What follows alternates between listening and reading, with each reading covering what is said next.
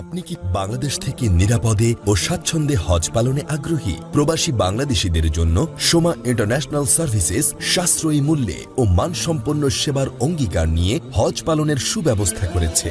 কোনো প্রকার ঝামেলা ছাড়াই মাত্র 30,000 টাকা প্রদান করে আজই আপনার হজের রেজিস্ট্রেশন সম্পন্ন করুন। বুকিং এবং বিস্তারিত তথ্যের জন্য যোগাযোগ করুন স্ক্রিনে দেয়া নাম্বারে। Soma international services.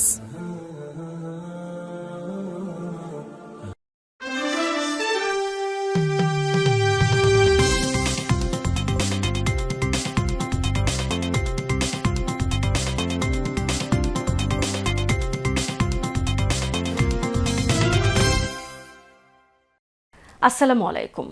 আমন্ত্রণ সবাইকে সিলেট স্টুডিও থেকে চ্যানেল এস সিলেট নিউজে। সঙ্গে আছি রোহেনা সুলতানা। শুরুতেই জানিয়ে দিচ্ছি শিরোনাম। হবিগঞ্জে খোয়াই নদীর বাঁধ ভেঙে প্লাবিত হয়েছে প্রায় 10টি গ্রাম। মৌলভীবাজারের রাজনগরে নদী প্রতিরক্ষা বাঁধের 2টি স্থানে ভাঙন, বন্যায় এক বৃদ্ধের মৃত্যু। হযরত শাহজালাল রহমতুল্লাহ আলাইহির মাজারের দান বাক্স ও ডেক থেকে দ্বিতীয় দফায় 18 দিনে পাওয়া গেল মোট 47,10,153 টাকা। 32 বছরের শিক্ষকতা জীবনের ইতি। শ্রীমঙ্গল সরকারি বালিকা উচ্চ বিদ্যালয়ে জহির আলী স্যারকে আবেগঘন বিদায় সংবর্ধনা। এবং মৌলভীবাজার জেলা প্রশাসকের কার্যালয়ে পিএফজি মৌলভীবাজার সদরের আয়োজনে আন্তঃধর্মীয় সংলাপ অনুষ্ঠিত।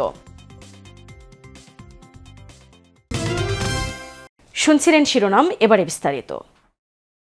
হবিগঞ্জে খোয়াই নদীর বাঁধ ভেঙে প্লাবিত হয়েছে প্রায় 10টি গ্রাম। সদর উপজেলার লস্করপুর ইউনিয়নে বন্যা কবলিত গ্রামবাসীর চলছে আহাজারি। রিপোর্ট করছেন আমাদের হবিগঞ্জ জেলা প্রতিনিধি সৈয়দ মোফাজ্জল সাদাত মুক্তা। ক্যামেরায় ছিলেন সিরাজুল ইসলাম জীবন। থেমে থেমে বৃষ্টি হচ্ছিল গত মঙ্গলবার হতে। বৃহস্পতিবার সকালে বাড়তে থাকে খোয়াই নদীর পানি। দেখতে দেখতে বিভিন্ন পয়েন্টে বিপদসীমা পেরিয়ে যায় পানির উচ্চতা। বৃহস্পতিবার রাতে হবিগঞ্জ সদর উপজেলার লস্করপুর ইউনিয়নের কালীগঞ্জ গ্রামের কাছে খোয়াই নদীর প্রতিরক্ষা বাঁধ ভেঙে যায়। তারপর ঘটল যা হবার তাই। ওই ইউনিয়নের প্রায় 10টি গ্রামে প্রবল বেগে বন্যার পানি লোকজনের বাড়ি ঘরে প্রবেশ করে, ভাসিয়ে নিয়ে যায় তাদের মূল্যবান জিনিসপত্র, ফসল ও আসবাবপত্র।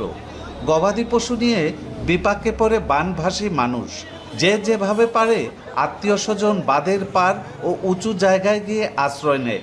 শুক্রবার খোয়াই নদীর পানি কমলেও বাঁধের ভাঙা অংশ দিয়ে পানি প্রবেশ করে নতুন নতুন এলাকা প্লাবিত করতে থাকে। বন্যা কবলিত মানুষ চাইছেন এ বিপদ হতে উদ্ধার হতে তাদেরকে যেন সহায়তা করা হয়। যে আমাদেরকে আপনারা সহযোগিতা করেন, আমাদেরকে আপনারা বাঁচান। আমাদের বাড়ি ঘর যা আছে, পুরো বাসন যা আছে, সবকিছু আমাদের শেষ। আমাদের যে অবস্থা এখন, আমাদের ঘর বাড়ি সব ডুবে গেছে। গরু বাছর, এই যে ফার্ম সব কিছু চলে গেছে। আর আমাদের কাছে কিছু নাই। 15 লক্ষ টাকার মাছ আসিল, সব নিয়ে গেছে। সাদাত মুক্তা, চ্যানেল এস নিউজ, হবিগঞ্জ। মৌলভীবাজারের রাজনগরে নদী প্রতিরক্ষা বাঁধের 2টি স্থানে ভাঙনের ফলে বন্যায় প্লাবিত হয়েছে টেংরা ইউনিয়নের বেশ কয়েকটি গ্রাম। পানিবন্দী হয়েছেন কয়েক হাজার মানুষ। এছাড়াও বন্যায় এক বৃদ্ধের মৃত্যুও হয়েছে। বিস্তারিত দেখুন আমাদের মৌলভীবাজারের হেড অফ নিউজ খালেদ চৌধুরীর প্রতিবেদনে। ক্যামেরায় ছিলেন এস এম ফজলু। প্রবল স্রোতে বন্যার পানি প্রবেশ করছে লোকালয়ে। চোখের পলকে প্লাবিত হচ্ছে স্বপ্নের ঘরবাড়ি। স্রোতের সাথে ভেসে যাচ্ছে আসবাবপত্র। ক্ষতিগ্রস্ত হচ্ছেন প্লাবিত অঞ্চলের বসবাসকারীরা। যানমালের নিরাপত্তায় অনেকেই ছুটে চলেছেন আশ্রয়কেন্দ্রে। অনেকেই আবার পানিবন্দী হয়ে নিজ ঘরেই অবস্থান করছেন ভিটে মাটির মায়ায়। সম্প্রতি মৌলভীবাজার জেলার রাজনগর উপজেলায় উজানের বৃষ্টি এবং পাহাড়ি ঢলে মন্না নদীর পানি বিপদসীমার উপর দিয়ে প্রবাহিত হয়ে অতিরিক্ত পানির চাপে বন্যা প্রতিরক্ষা বাঁধের উজিরপুর ও বাঙ্গারহাট এলাকায় ভাঙন সৃষ্টি হয়েছে। এতে করে বৃহস্পতিবার বিকেল থেকে লোকালয়ে পানি ঢুকতে শুরু করে। ফলে উপজেলার টেংরা, কামারচাক, মনসুরনগর ও রাজনগর ইউনিয়ন সহ প্লাবিত হয়েছে বেশ কয়েকটি গ্রাম, পানি ইউনিয়ন এবং পানিবন্দী হয়েছে কয়েক হাজার মানুষ। অনেক মানুষ ওখানে ঘরবন্দি রয়ে গেছে। তারপরে পানিবনিও নাই। উন্দালো অনেক সময় তোমার আগুনটা পর্যন্ত করতে পারছে না। বিশেষ করেও আমার বাড়ি, আমার ঘরের ভিতরে প্রায় আঁটু পানি। এটা কিন্তু আমরা অভ্যাস হয়ে গেছি কি বন্যায়। আসলে আমরা অভ্যাস হয়ে গেছি। আজকে প্রতি বছরে আমরা এই দুর্গতি, প্রতি বছরে আমরা এই দুর্গতি। আমরা আর গরু পানি উঠছে, আমরা গোর দুয়ারে নাই আই 2-3 দিন ধরে আমরা পুরো গিয়া পড়ছি, আমরা খাইতাম পাঠাম না, বইতাম পাঠাম না। এদিকে পানির তীব্র স্রোতে ভেসে গিয়ে আকুয়া গ্রামের আশরাফ আলী ওরফে আশই মিয়া নামে এক বৃদ্ধ নিহত হয়েছেন। বৃহস্পতিবার তিনি নিখোঁজ হওয়ার পর শুক্রবার সকালে তার বাসমান মরদেহ উদ্ধার করা হয়।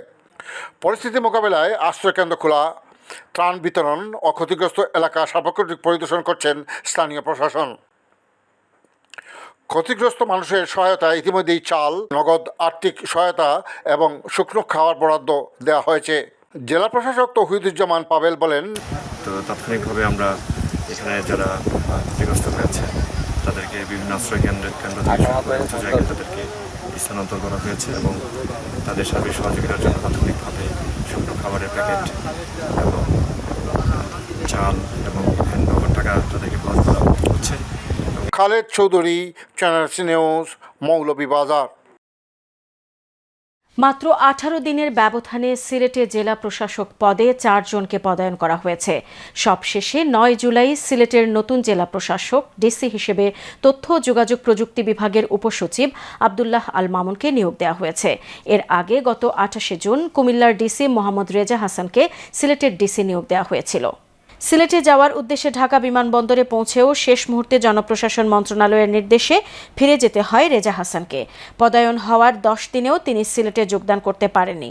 এর মধ্যে বৃহস্পতিবার সিলেটে নতুন জেলা প্রশাসক নিয়োগ দেওয়া হয়েছে। ফলে সিলেটে যোগদানের আগেই জেলা প্রশাসক পদ হারালেন রেজা হাসান। এদিকে কুমিল্লায় তাঁর স্থলাভিষিক্ত রোজি আক্তার গত বুধবার দায়িত্ব গ্রহণ করেছেন। তারও আগে 21 জুন সিলেটের ডিসি মোহাম্মদ সারওয়ার আলমকে প্রত্যাহার করে জনপ্রশাসন মন্ত্রণালয়ে উপসচিব হিসেবে সংযুক্ত করা হয়। সারওয়ার আলমকে প্রত্যাহারের পর থেকে সিলেটের জেলা প্রশাসকের দায়িত্বে রয়েছেন অতিরিক্ত জেলা ম্যাজিস্ট্রেট পিঙ্কি সাহা।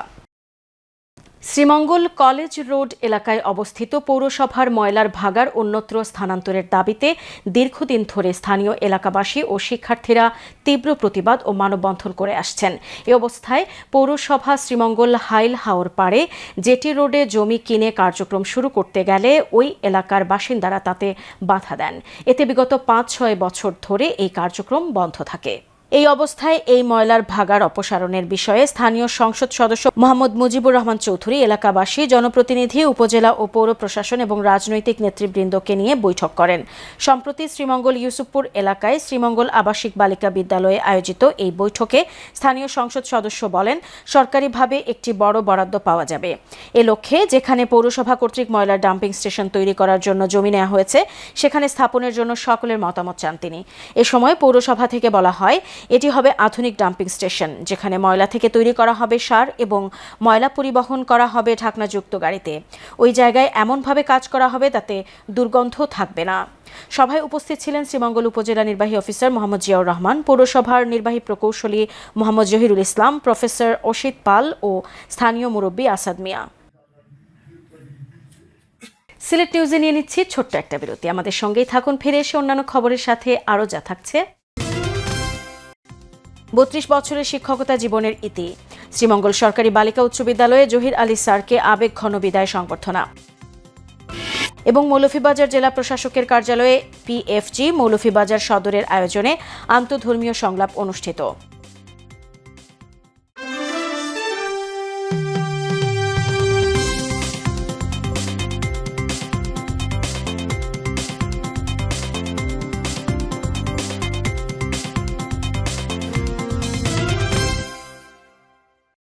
আপনি কি বাংলাদেশ থেকে নিরাপদে ও স্বাচ্ছন্দ্যে হজ পালনে আগ্রহী? প্রবাসী বাংলাদেশীদের জন্য সোমা ইন্টারন্যাশনাল সার্ভিসেস সাশ্রয়ী মূল্যে ও মানসম্পন্ন সেবার অঙ্গীকার নিয়ে হজ পালনের সুব্যবস্থা করেছে।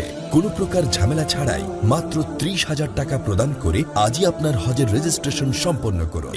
বুকিং এবং বিস্তারিত তথ্যের জন্য যোগাযোগ করুন স্ক্রিনে দেয়া নাম্বারে। Soma international services.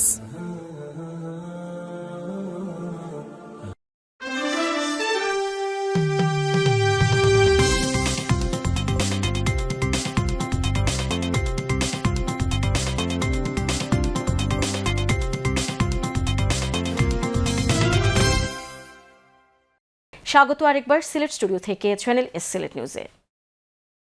হযরত শাহজালাল রহমতুল্লাহ আলাইহির মাজারের দান বাক্স ও ডেক থেকে দ্বিতীয় দফায় 18 দিনে মোট 47,10,153 টাকা পাওয়া গেছে।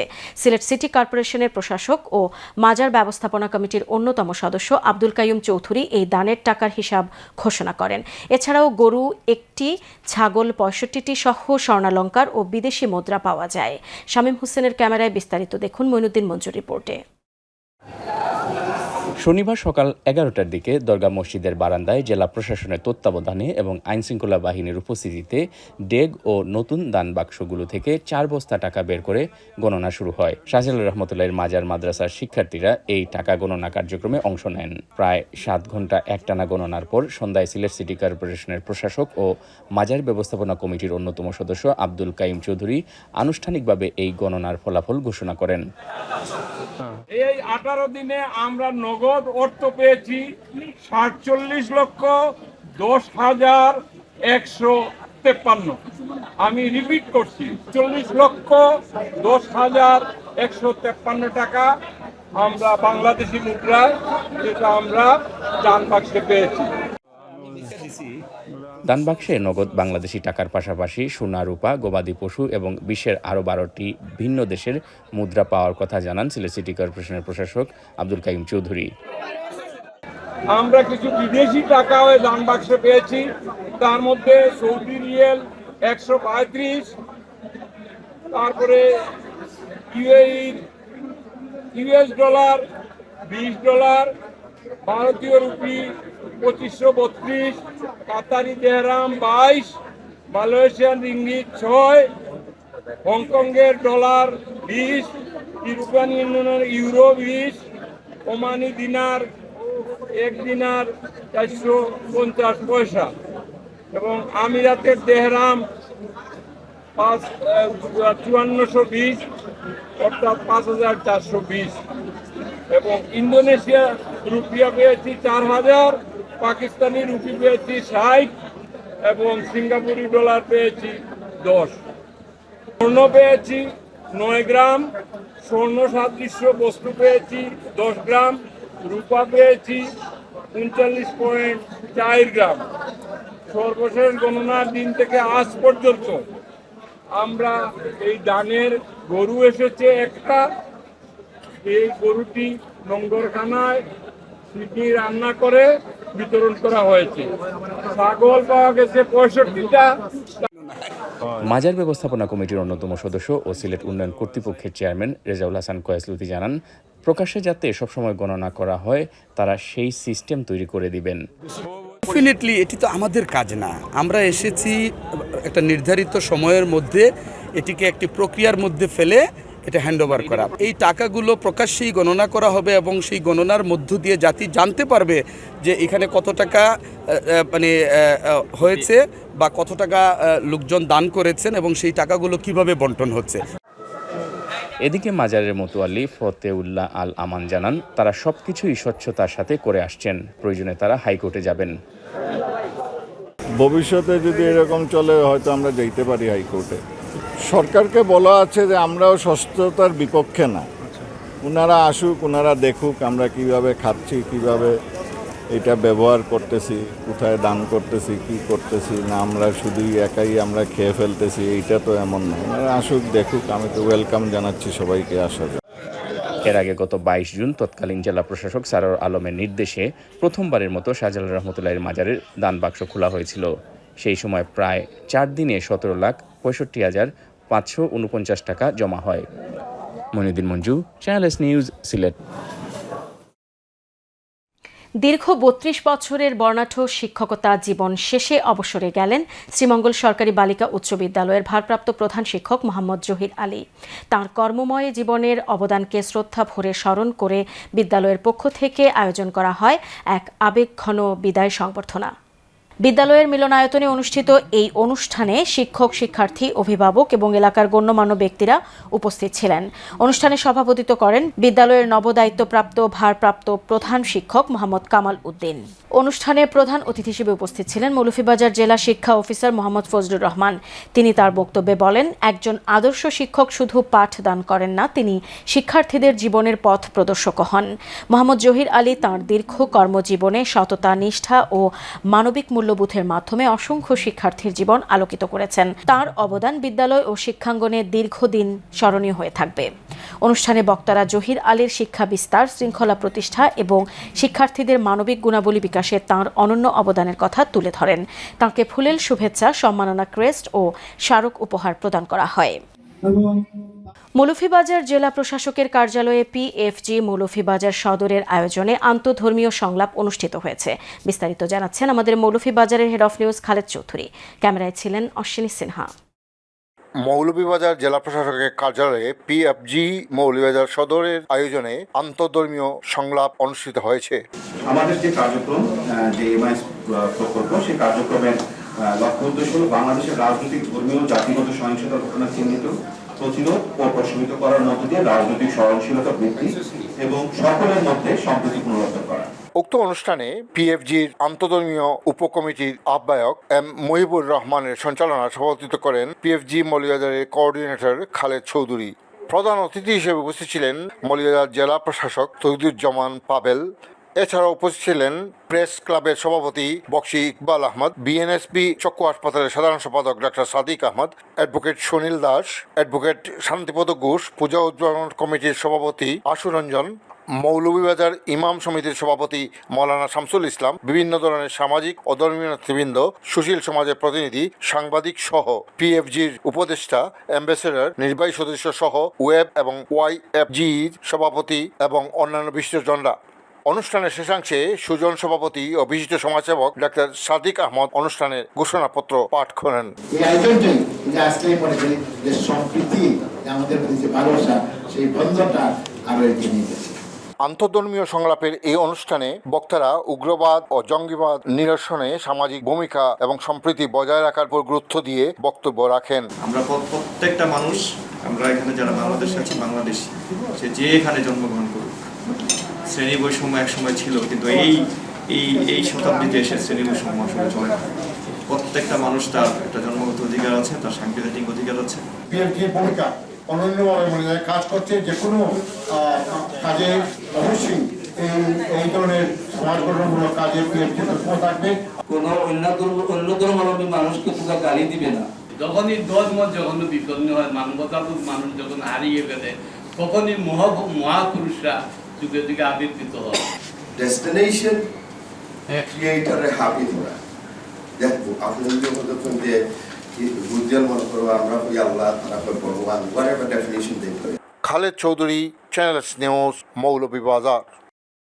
শ্রীমঙ্গল ব্যান্ড অ্যাসোসিয়েশনের এসবি এর 14 বছর পূর্তি উপলক্ষে অনুষ্ঠিত হয়েছে ব্যতিক্রমধর্মী ব্যান্ড উৎসব। শ্রীমঙ্গল জেলা পরিষদ অডিটোরিয়ামে আয়োজিত এই অনুষ্ঠানে শ্রীমঙ্গলের 10টি ব্যান্ড সঙ্গীত পরিবেশন করে। বিকেল থেকে রাত পর্যন্ত চলা এই আয়োজনে দর্শকদের ছিল উপচে পড়া ভিড়। অনুষ্ঠানে ব্যান্ড সঙ্গীতে বিশেষ অবদানের জন্য কনক কান্তি কর পান্না, জোসেফ দাশগুপ্ত যশো, জয় সরকার ও মশিউর রহমান রিপনকে সম্মাননা দেওয়া হয়। এছাড়া প্রয়াত গীতিকার ও সুরকার এ.কে. আনামকে মরণোত্তর সম্মাননা প্রদান করা হয়। ব্যান্ড সঙ্গীতের পাশাপাশি মানবিক উদ্যোগ হিসেবে ব্লাড ক্যান্সারে আক্রান্ত তরুণ তুর্য রায়ের চিকিৎসার জন্য আর্থিক সহায়তার আহ্বান জানানো হয় এবং উপস্থিত দর্শকরা এতে সাড়া দেন। আয়োজকরা জানান 2012 সালে 6টি ব্যান্ড নিয়ে যাত্রা শুরু করা এসবিএতে বর্তমানে 17টি সদস্য ব্যান্ড রয়েছে। অনুষ্ঠানের শেষে সংগঠনের কর্ণধার সুমিত পাল বলেন, শ্রীমঙ্গলে ব্যান্ড সঙ্গীতের ধারাবাহিকতা বজায় রাখা এবং নতুন শিল্পীদের জন্য একটি শক্তিশালী প্ল্যাটফর্ম গড়ে তোলাই তাদের মূল লক্ষ্য। মৌলভীবাজারের শ্রীমঙ্গল কালাপুর ইউনিয়নের দক্ষিণ লামুয়া গ্রামে মক্তবে যাওয়ার পথে 3য় শ্রেণীর শিক্ষার্থী 8 বছরের এক শিশু কন্যাকে ধর্ষণ করা হয়েছে বলে অভিযোগ উঠেছে। এই ঘটনার পর শিশুটির অভিযোগের ভিত্তিতে স্থানীয় জনতা অভিযুক্ত এক ব্যক্তিকে তার বাসার সিলিংয়ের উপর থেকে আটক করে পুলিশের হাতে তুলে দিয়েছে। এই ঘটনায় আটক আসামির ফাঁসির দাবিতে শ্রীমঙ্গল চৌমুহনীতে স্থানীয় জনতা মানববন্ধন করেন। সিলেট নিউজ আজ এই পর্যন্তই। সিলেট বিভাগের প্রত্যন্ত অঞ্চলের খবর জানতে চোখ রাখুন চ্যানেল এস এর পর্দায়। সবাইকে ধন্যবাদ এতক্ষণ সঙ্গে থাকার জন্য। আল্লাহ হাফেজ।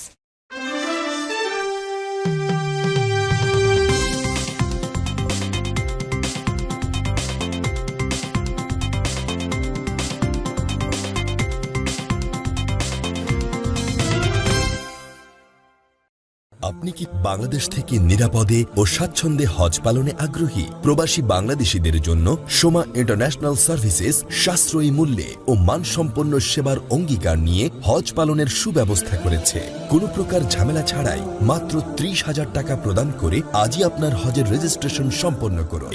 বুকিং এবং বিস্তারিত তথ্যের জন্য যোগাযোগ করুন স্ক্রিনে দেয়া নাম্বারে। Soma international services.